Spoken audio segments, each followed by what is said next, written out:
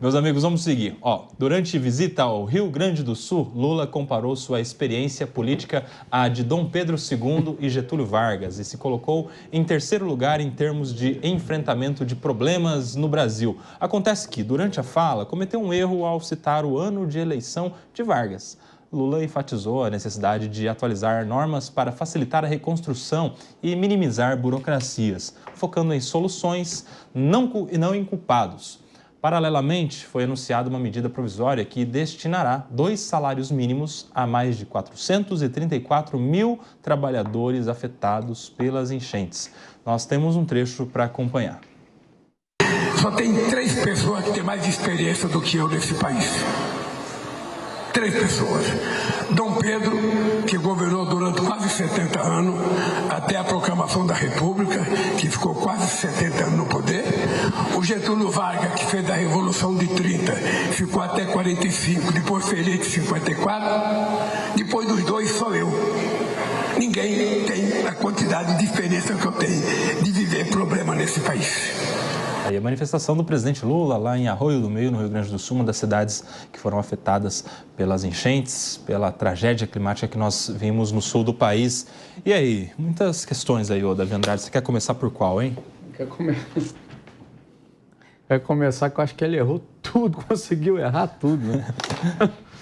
Dom Pedro II governou, foi 40 anos e não 70. Morreu com 66. Desculpa, gente, vou tentar ficar sério aqui.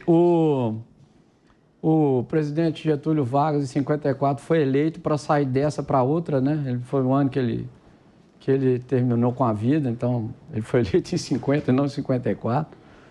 E se ele acha que ele é o terceiro maior gestor de problemas, em grande parte os problemas que ele próprio causou na administração pública, né? Então ele tem mais que se safar desses problemas mesmo que ele criou. Então... E aí, Leandro? Não há nada o que falar. Leandro, quero ver o que você pensa a respeito dessas manifestações. Eu ouvi essa fala do presidente Lula ao vivo ontem. Na hora, eu falei assim, puta, Lula pisou na bola, tá errado. Deslize, né? Ele cometeu um deslize. Ele deveria ter se colocado em primeiro lugar, não em terceiro. Ele é o melhor governante da história do Brasil, é isso? Ele, em termos de experiência, não foi isso que ele falou. Ele não falou que era o melhor. Não. Nem chamou... Então, no que ele é primeiro? Esclareça para nós. Ele é primeiro em termos de experiência no regime democrático. Eu acho que o Dom Pedro II, ele nem chegava perto de ser qualquer possibilidade de ter controle do povo, efetivamente, sobre o que ele fazia. O Getúlio Vargas teve um período revolucionário importante, que foi a Revolução de 30, está nos livros de história, mas teve um período ditatorial muito controverso, que é o Estado Novo a partir de 37, né? Um período que tem bastante o que se questionar. Acho que tem muita gente, inclusive hoje em dia, que bebe nessa fonte do integralismo, que faz um mal danado para o país até hoje. Né? E aí sim, o período que o Getúlio Vargas disputa a eleição é algo que estava sob um mínimo controle do voto do povo. Lula foi eleito 3 vezes pelo povo. Então, ele tem a experiência de cuidar dos problemas no regime democrático. Se essa experiência é valorizada por uns, por outros, se ela está à altura do momento, eu acho que é também uma outra situação que vai dizer. Mas eu acho que o governo federal, em conjunto com os governos municipais e estadual do Rio Grande do Sul, tem atuado bem lá e que bom que algumas coisas estão no centro da preocupação, como não abandonar o Rio Grande do Sul, que é algo que ele disse, não abandonar o Rio Grande do Sul. Ele falou assim, olha, as pessoas podem até esquecer, mas o Estado brasileiro não pode abrir mão da responsabilidade de cuidar do Rio Grande do Sul até a sua recuperação final. Ô, Moniquinha, e essa medida aí de 2 salários mínimos para mais de 400 mil gaúchos, você gosta da ideia?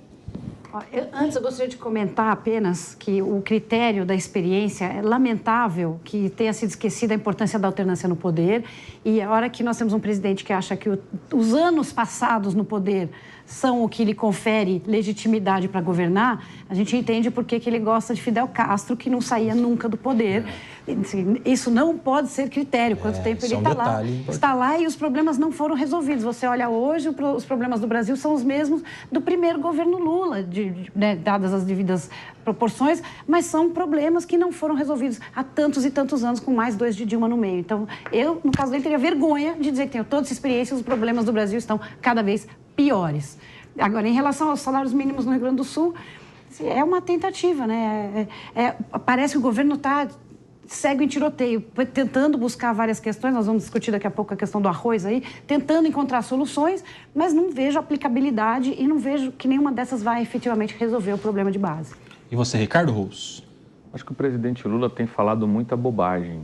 E essa foi mais uma da lista de bobagem que a esquerda, como o Leandro aqui, tem que ficar passando pano em vários lugares, tentando criar palavras aí, um governo que não apresenta muito. Acho que na questão do salário mínimo está devolvendo o que retirou do Rio Grande do Sul, porque a nossa distribuição tributária é muito ruim, então o governo tem que estar presente sim, já falhou lá atrás. Nós aqui na Jovem Pan entrevistamos um prefeito da cidade de Estrela que estava esperando os recursos da tragédia de setembro do ano passado, que o governo federal prometeu e não enviou. Então, enfim, o presidente precisa parar de ficar tirando foto lá nos escombros do Rio Grande do Sul e fazer um trabalho decente para o povo brasileiro, que é para isso que ele é chefe do Poder Executivo Nacional. E aí, Leandro, já que você foi citado, quer falar ou não?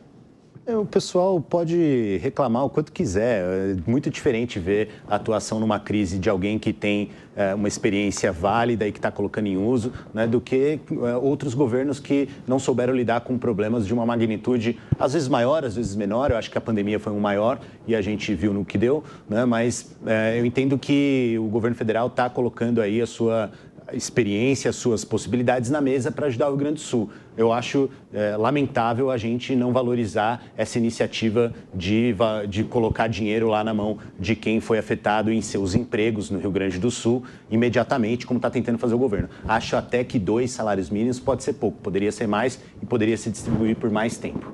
Você concorda com os 2 salários mínimos? Você acha que é uma medida importante nesse momento? Pô, tem que haver um socorro. Sim. Tem que haver um socorro, isso é indiscutível. Tem que haver um socorro imediato, rápido, sem burocracia, porque o Estado do Rio Grande do Sul sofre uma catástrofe sem precedentes. Agora, isso que o Ricardo disse é muito importante, né? Qual que é o que está por trás disso tudo? Então, uma péssima distribuição de arrecadação tributária. O dinheiro tem que ir todo para o governo central para voltar para o governo dos estados e municípios, né? Quer dizer, se o governo do Rio Grande do Sul já tivesse os recursos suficientes, o município que enfrenta diretamente o problema tivesse recursos suficientes para lidar com o problema, não precisava estar nessas idas e vindas, nessa burocracia absurda com Brasília para procurar recursos. Então, tem um problema sério, estrutural, na carga tributária, na arrecadação dos tributos no Brasil. 60% dos tributos arrecadados no Brasil vão para o governo central, gente. E com a reforma tributária, isso piora? Piora bastante, vai concentrar mais ainda. Que é a coisa do Conselho Deliberativo. Conselho, uma arrecadação unificada para depois os estados receberem por... Do IBS. Né? IBS, né? Aquilo que era ICMS e ISS vai lá para o IBS e vai ser centralizado num comitê gestor que vai se arrecadar tudo e depois vai distribuir lá para os estados. Vai ser duro. Pois é.